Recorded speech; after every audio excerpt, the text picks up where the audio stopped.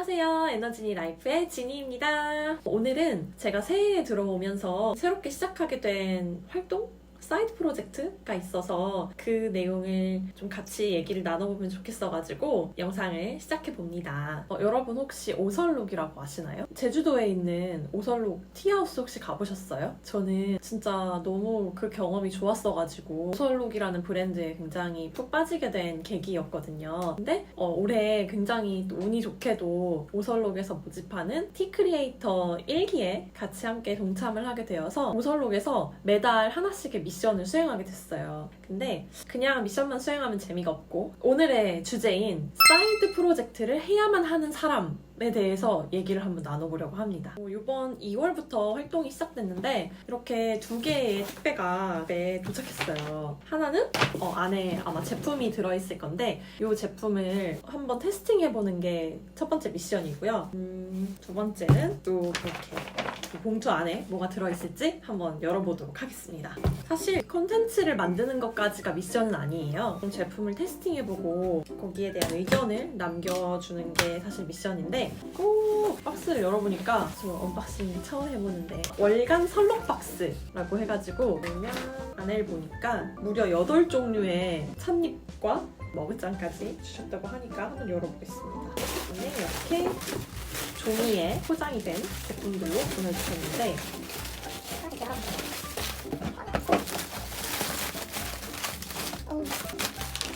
이렇게 제품마다 넘버링을 해가지고 티백을 보내주셨어요.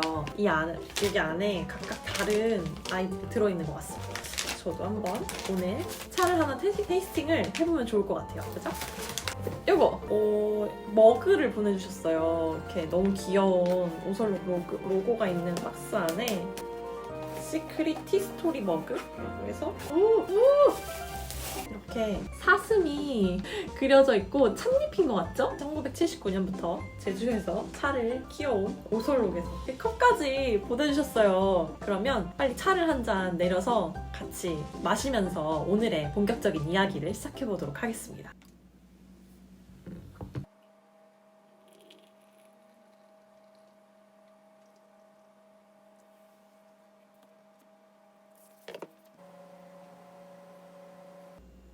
네, 차가 다 우려졌어요. 홍차인 것 같은? 근데 제가 오늘 진짜 해보고자 하는 얘기는 사이드 프로젝트를 꼭 해야 하는 사람이 있다라고 저는 생각해서 이 영상을 시작하게 됐습니다. 2010년대에, 2020년대 말고 10년대에 대학 생활을 하신 분들이라면 공감하실 거예요. 저희는 되게 취업 준비를 해야 한다는 그 명목하에 굉장히 다양한 활동들을 좀 했어야 했던 것 같아요. 물론 모두가 그런 건 아니겠지만 저 같은 경우는 대학에 들어와서 가장 좋았던 것 중에 하나가 뭔가 틀에 박힌 공부만 하던 거에서 벗어나서 내 취향에 맞게 내가 원하는 활동들을 골라서 할 수 있었던 게 저는 되게 좋았거든요. 그래서 그런 작은 활동들을 통해서 사실 지금의 회사에 취업하기까지도 연결이 되기도 했고요. 그러다 보니까 대학생활 내내 굉장히 자기주도적이고 나에게 도움이 될 만한 건 적극적으로 찾아다닌 그런 성격이었어요. 진짜 대외 활동도 많이 했고 교환학생, 해외 인턴, 평창 동계올림픽이나 패럴림픽에서 활동도 했었고 그런 식으로 제가 진짜 좋아하는 것들을 찾아서 막 다녔던 시간이었던 거예요. 근데 이제 취업을 하고 나서 또 다른 세상이 펼쳐집니다. 저는 이게 한 3에서 5년 차 정도의 직장인분들이라면 공감을 하실 것 같은데 이렇게 적극적으로 취업을 향해 달려가시던 분들이 부딪히는 벽이 있어요. 저연차의 벽이라고 저는 부를게요. 이 얘기를 사실 저는 지금 회사에 입사하기 전에 저희 교수님께서 해주셨어요. 저희 교수님도 진짜 커리어 우먼이고 너무 멋진 분이신데 그분이 저한테 이런 조언을 해주신 거예요. 회사에 들어가도 사회초년생으로서 내 의견이 관철될 리는 없으니까 너무 애쓰지 말아라. 좀 천천히 가고 어느 정도 너 삶과의 밸런스를 찾으면서 가라 라고 말씀하시는 거예요. 근데 그분은 진짜 커리어 보면 정말 화려하고 정말 멋진 커리어를 갖고 계신 분인데 저는 그런 얘기를 해주시는 게 의아했어요. 그때는 제 귀에 한 귀로 들어와서 한 귀로 나간 거죠.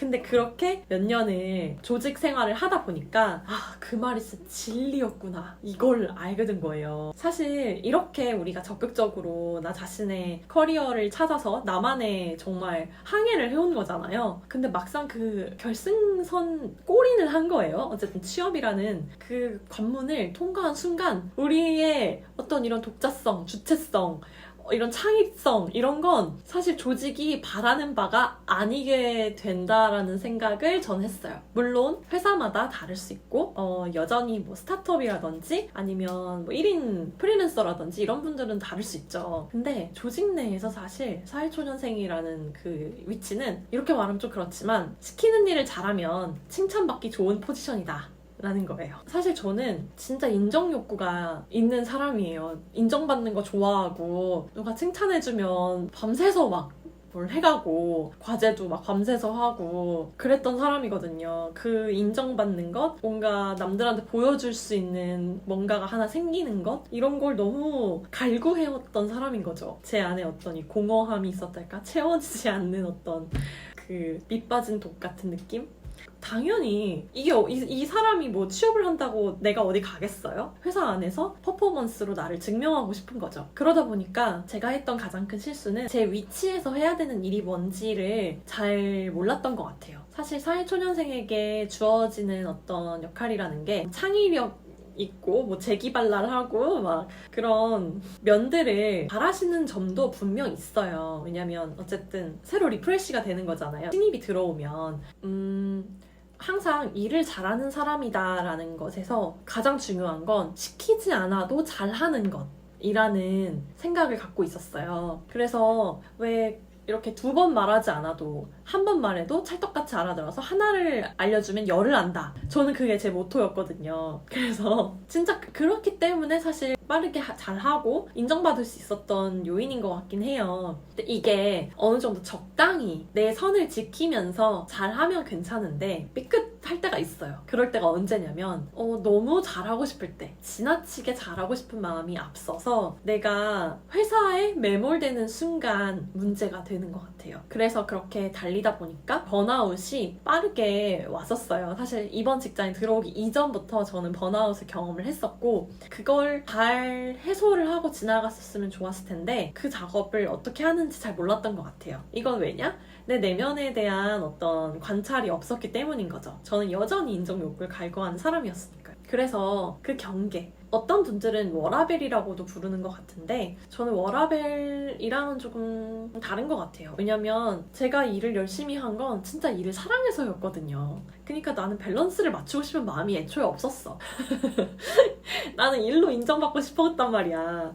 그런 워라벨이란 단어는 제 머릿속에 있지 않았는데 지나고 나니까 진짜 중요한 건 일에 대한 마음을 내려놓으라는 게 아니라 일 외에도 중요하게 나 자신을 좀 돌아보고 충분한 휴식을 취하고 일로 해소하지 못하는, 일로 모든 인정 욕구를 충족시킬 수가 없거든요. 그렇기 때문에 그 충족시키지 못하는 부분을 바깥에서 채우는 부분이 너무너무 필요하다는 걸 알게 됐어요. 제가 연초에 저의 모교에 가서 강연을 할 기회가 있었어요. 그 대학생활 동안 어떤 경험을 통해 지금의 회사까지 취업을 하게 됐는지 특강을 하게 됐는데 어떤 경험을 쌓아왔는지를 하나하나 이제 살펴보게 된 거죠. 제가 경험을 돌아보니까 내가 싫어했던 활동을 해왔던 건 아닌 거예요. 내가 어떤 사람이고 뭘 좋아하고 뭘 싫어하고 어떤 일과는 안 맞고 이런 점들을 좀 발견하게 해주는 그런 작은 경험들이었던 거죠. 그게 있었기 때문에 내가 지금 나에게 그래도 좀 적합한 일을 하면서 살아가고 있었구나라는 걸 알게 됐어요. 적어도 저에게는 어떤 경험을 만나고 그 경험을 통해서 성공도 하고 실패도 하면서 레슨런이 항상 있었던 거죠.